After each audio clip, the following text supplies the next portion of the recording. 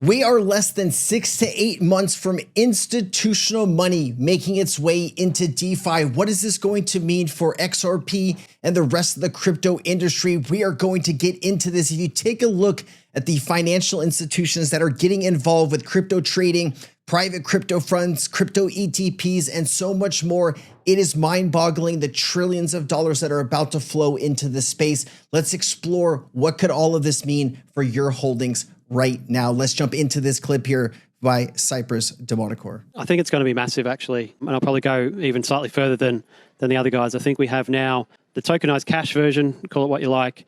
We have the tokenized money market fund stuff. We have each of these weekend liquid now.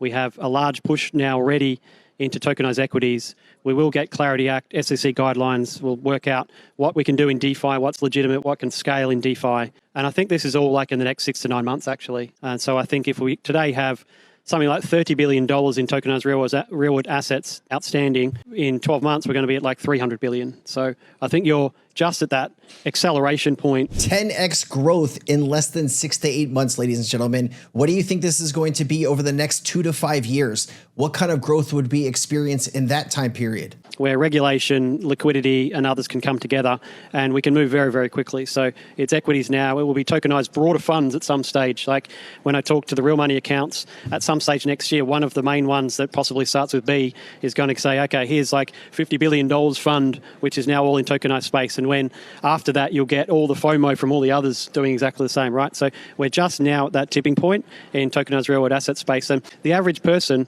will end up with a new wallet in their phone. They won't know the cash part is stablecoins. They won't know the equity part is tokenized Apple stock. They won't know the money market fund is with Biddle, right? So, and because of agents next year, when everyone has that as well, every time you get paid every month, an individual will be able to be super capital efficient, right? So money comes in and goes out immediately to each of these assets, and you can get in and out of them on weekends. You can do stuff in DeFi with them to get extra leverage as well. So I think we're just there now at this explosion. Let's go. Actually, for me, if 2025 has been about stablecoins, 2026 might be all about this, quite seriously. All right, remember, one day you're going to wake up and Samsung and Apple have sent you an update on your phone. You wake up and all of a sudden you have a wallet that is interconnected with everybody and everything. That infrastructure is going to be built out through blockchain technology, stablecoins, any type of crypto assets, whatever you want to send to your friend or family, you are going to be able to. How do you know when we've reached mass adoption? When people don't even realize they're using the technology. That is what we're talking about here. Love to see it. All right, and let's take a look at this. Crypto adoption by institutions.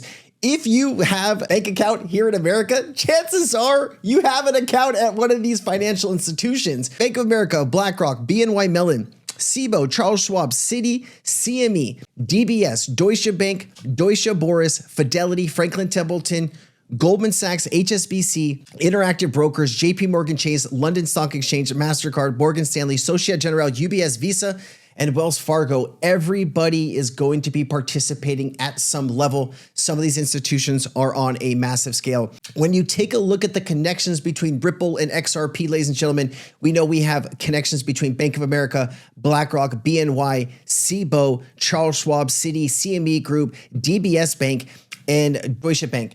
When you take a look at this list, over half of this list is Ripple customers or clients in some way, shape, or form.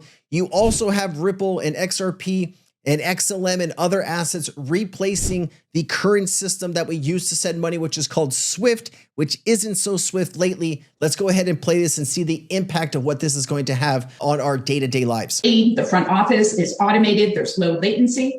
Then you switch gears. Banks operate still typically in terms of batch processing, store and forward, and payments, messaging, clearing, and settlement are often decoupled and can take days. This dichotomy is just unsustainable. And in response, we're seeing and hearing at Sibos how a number of FIs and FI-backed consortiums are harnessing blockchain, smart contracts, digital assets to align the performance of banking and payment systems with those of the digital economy. So really quickly, at Sibos, right, Swift is worried that blockchain technology is replacing everything. So what do? They announced some partnership with Consensus and Linea, and we're going to work on this. We're going to bring in some partners, and we're going to have some solutions sometime in the near future. How long? Oh, it could be months. It could be years. We don't know. All while there's technology that already replaces everything they do, right? There's no need to lock up money around the world in Nostro Vostro accounts. You can speed up the transparency of value.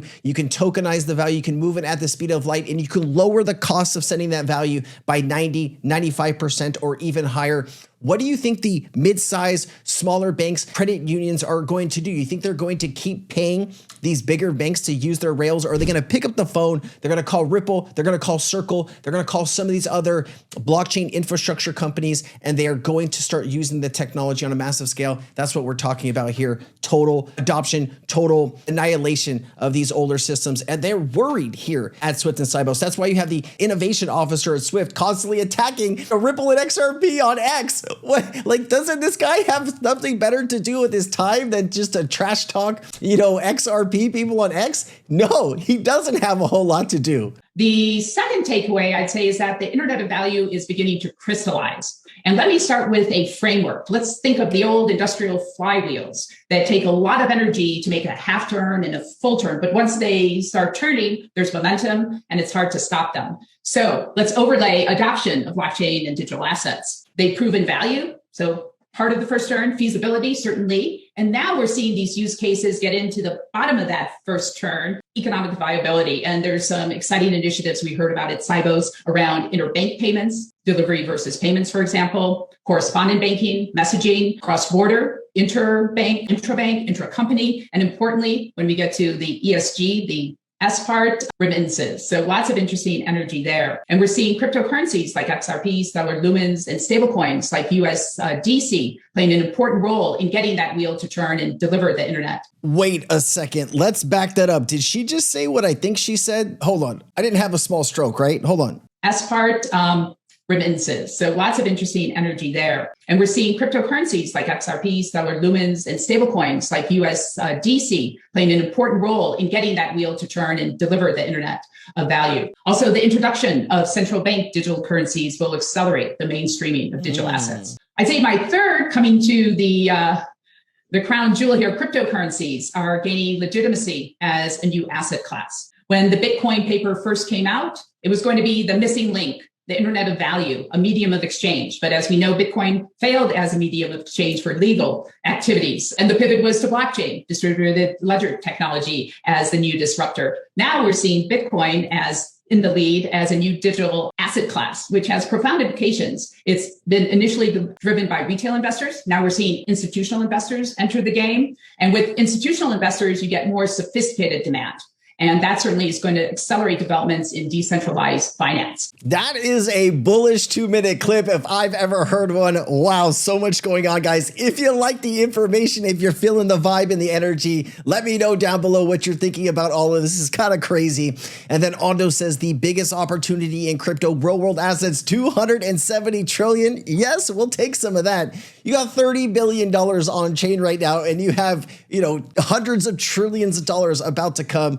It's just going to get more and more interesting. Now, this is not the best clip. I do understand it. Bear with me here. How AI and crypto could change daily life. Let's just play it. We have left. But I think that's fascinating now if we all almost inadvertently move away from the dollar and what effects that has on the inflationary aspects of the dollar. We're not really moving away from the dollar. We're moving away from the paper currency. And we're moving to the U.S. Treasury bill, shorter duration than 92 days. I think in the next 5 or 6 months, the largest holder of U.S. Treasuries will be stablecoins. And it's still the good old American economy that's backing that up. And that, and everybody trusts. 52 cents of every dollar invested around the world goes in the American economy.